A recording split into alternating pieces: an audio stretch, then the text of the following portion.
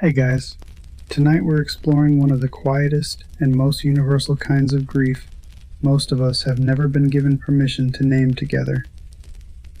As we begin, with the friend who didn't leave in a dramatic moment, didn't say anything final, didn't give you a reason you could point to.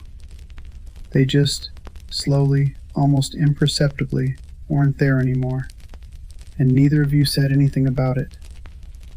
Right now, as you're watching this, someone else is watching it too. A different country, a different time zone, a different life, but the same quiet hour. Tonight we're exploring the friend who slowly disappeared together. If this is your first video here, take a look around. Subscribe if it feels like home, and leave a comment your location, your time. That small act of saying, "I'm here," does something. It reminds all of us that we're not as alone in this as the dark sometimes makes us feel. Dim the lights. Maybe pull a blanket over yourself if there's one nearby.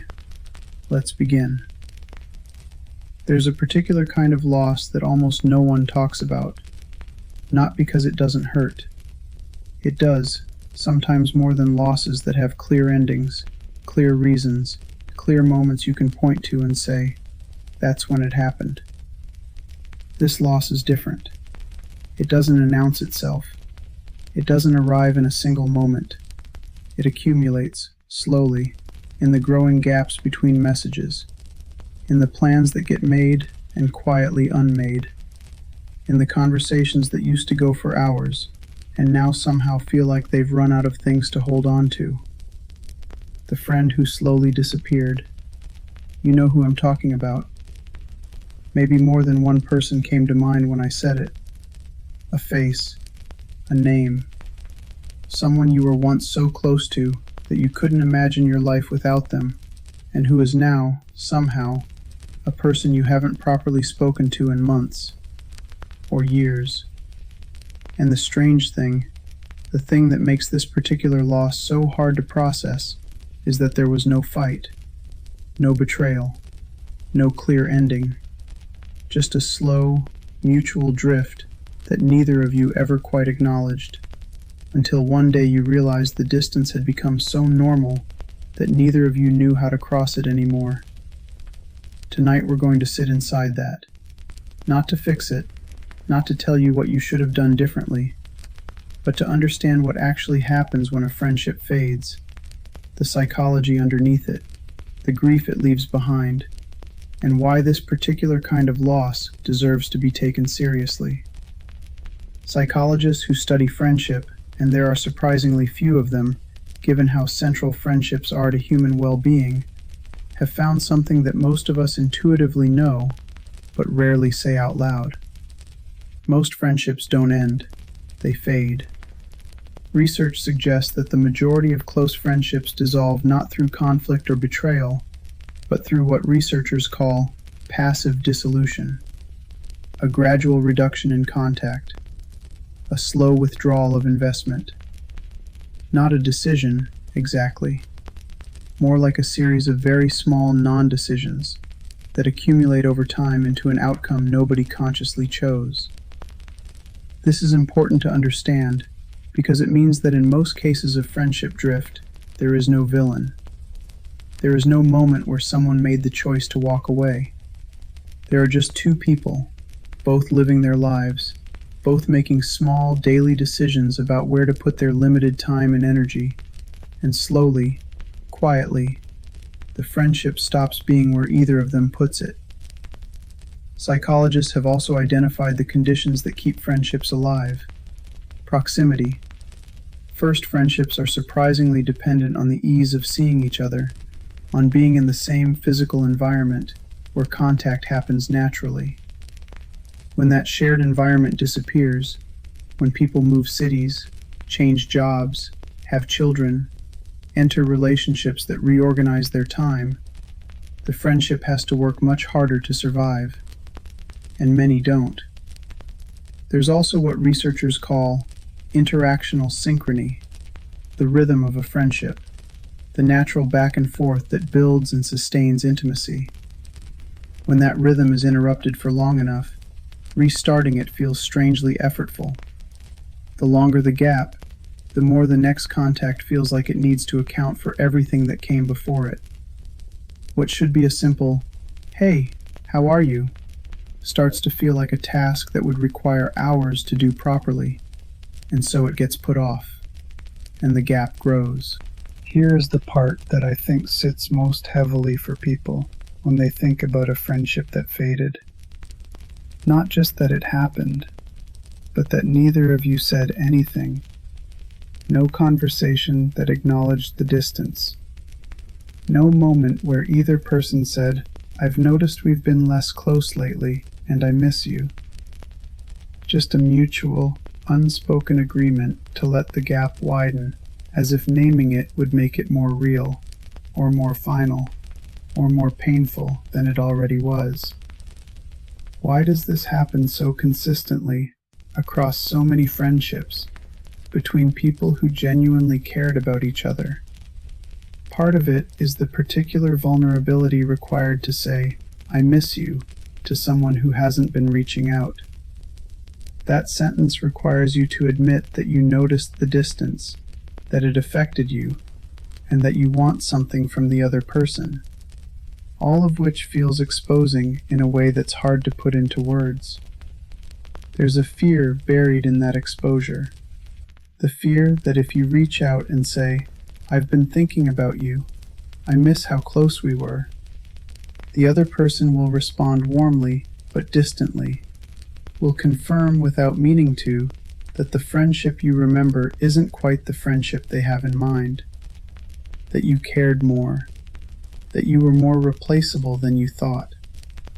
It's easier, in some ways, not to know, and so both people protect themselves by saying nothing, by letting the drift continue, by telling themselves the other person is busy, that life got in the way, that it's nobody's fault, really, and these things just happen. All of which is true, and none of which fully accounts for the quiet ache of realizing that someone who once knew you better than almost anyone now exists in your life as a name on your phone that you scroll past and don't call. When someone dies, there are rituals, funerals, wakes, condolences, a period of acknowledged mourning. The people around you understand that you are grieving, and they give you space for it. When a romantic relationship ends, there is also a framework. A breakup has a recognizable shape. People know what to say. There are songs written about it, films built around it, entire cultural vocabularies for navigating the loss. But when a friendship quietly dissolves, when someone who was once central to your life becomes a stranger, through nothing more dramatic than the passage of time, there is almost no framework for that grief at all. You can't really call it a loss because nothing was taken. You can't really mourn it publicly because there's nothing clean enough to point to. You can't really be angry about it because no one did anything wrong. What you're left with is a grief that has no name, no ritual, and no socially recognized ending. And this ambiguity makes it genuinely harder to process than losses that are clearer. Psychologists call this ambiguous loss, a term originally developed for situations like having a family member with dementia, where the person is still present, but somehow also gone. Friendship dissolution shares something of that quality. The person is still alive, still out there somewhere, still technically reachable if you chose to reach out. But the version of them that existed in your daily life, in your shared history, in the particular rhythm of that particular friendship, that version is gone. And you grieve it without quite knowing you're allowed to.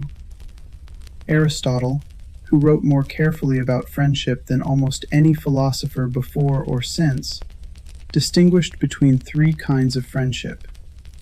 Friendships of utility, based on what each person gets from the other. Friendships of pleasure, based on the enjoyment of each other's company, and friendships of virtue, the deepest kind, based on a genuine admiration and care for who the other person is. Aristotle believed that only the third kind was truly stable. The first two, he said, were inherently temporary because utility changes, circumstances change, and what was once mutually beneficial or mutually enjoyable might stop being either of those things as life shifts. This is not a cynical view, though it can sound like one. It's actually a clarifying one. Because most of the friendships we grieve the hardest, the ones that faded without warning, the ones we didn't expect to lose, were, if we're honest, built largely on proximity and shared circumstance. The school friend, the colleague, the neighbor, the person you were close to because you occupied the same space at the same time, and that shared space created the conditions for intimacy. When the shared space disappeared, the friendship had to survive on virtue alone, on the genuine, effort-requiring decision to keep choosing each other without the scaffolding of daily proximity. And many didn't survive that transition. Not because the care wasn't real, but because real care, without scaffolding, requires a kind of intentionality that busy, tired, distracted human beings don't always have enough of. This isn't a failure, it's a very human limitation. And understanding it doesn't make the loss smaller, but it might make the self-blame a little lighter. I want to speak for a moment specifically to the people watching this from abroad. From cities far from where they grew up, from countries they moved to for work, or study, or love, or simply the desire for a different life. Because the experience of friendship dissolution is, I think, particularly acute for people who have physically left the place where their closest friendships were formed. When you move, really move, across a significant distance, you take your relationships with you, in your phone and your memory, but you leave behind the daily infrastructure that kept them alive. The coffee place you both went to, the walk you always took, the ordinary, unremarkable Tuesday evenings that somehow produced more real intimacy than any planned occasion. And from the new place, you try, you message, you video call when the time zones line up. You tell yourself you'll visit soon, and sometimes you do. But the asymmetry is real, and it's painful. You are living a new life that the people at home can only partially see. They are living a continuing life that you are no longer part of in the daily, ordinary ways. You become, for each other, a person who is thought of warmly, but lived with less and less. This doesn't mean those friendships are over. Some survive the distance extraordinarily well, and those tend to be the virtue friendships Aristotle described, the ones built on something that doesn't depend on geography to stay real. But some don't, and grieving them from far away, without the ritual and without the people around you who knew those friendships, is one of the lonelier experiences of living abroad. If that's where you are tonight, if you're lying in a city that isn't the one you grew up in, thinking about a person you used to know so well, I want you to know that what you're feeling is real, and it matters, even without a name. Something stays, even after a friendship has faded. Not the daily warmth, not the easy rhythm of regular contact, but something else, harder to name, more durable than it has any right to be. The things that person showed you about yourself, the version of you that existed in their company, the jokes that only landed between you, the shorthand that developed over years of shared experience, the parts of yourself that came out most easily around them, and perhaps haven't quite come out the same way since. That version of you doesn't disappear when the friendship fades. It just becomes a little less visited. There's also the particular kind of knowledge that comes from having been truly known by someone across a significant stretch of time. A friend who knew you at 15 and 30 knows something about you that even your closest current relationships may not. The through line of who you've been, the continuity of a self that changes but doesn't entirely change. When those friendships thin out, something of that knowledge becomes inaccessible. Not lost entirely, it's still in you, but less actively witnessed, less confirmed. And sometimes, late at night, in a quiet room, in a city that isn't quite home yet, what you miss isn't really the person specifically. It's the version of yourself that existed around them.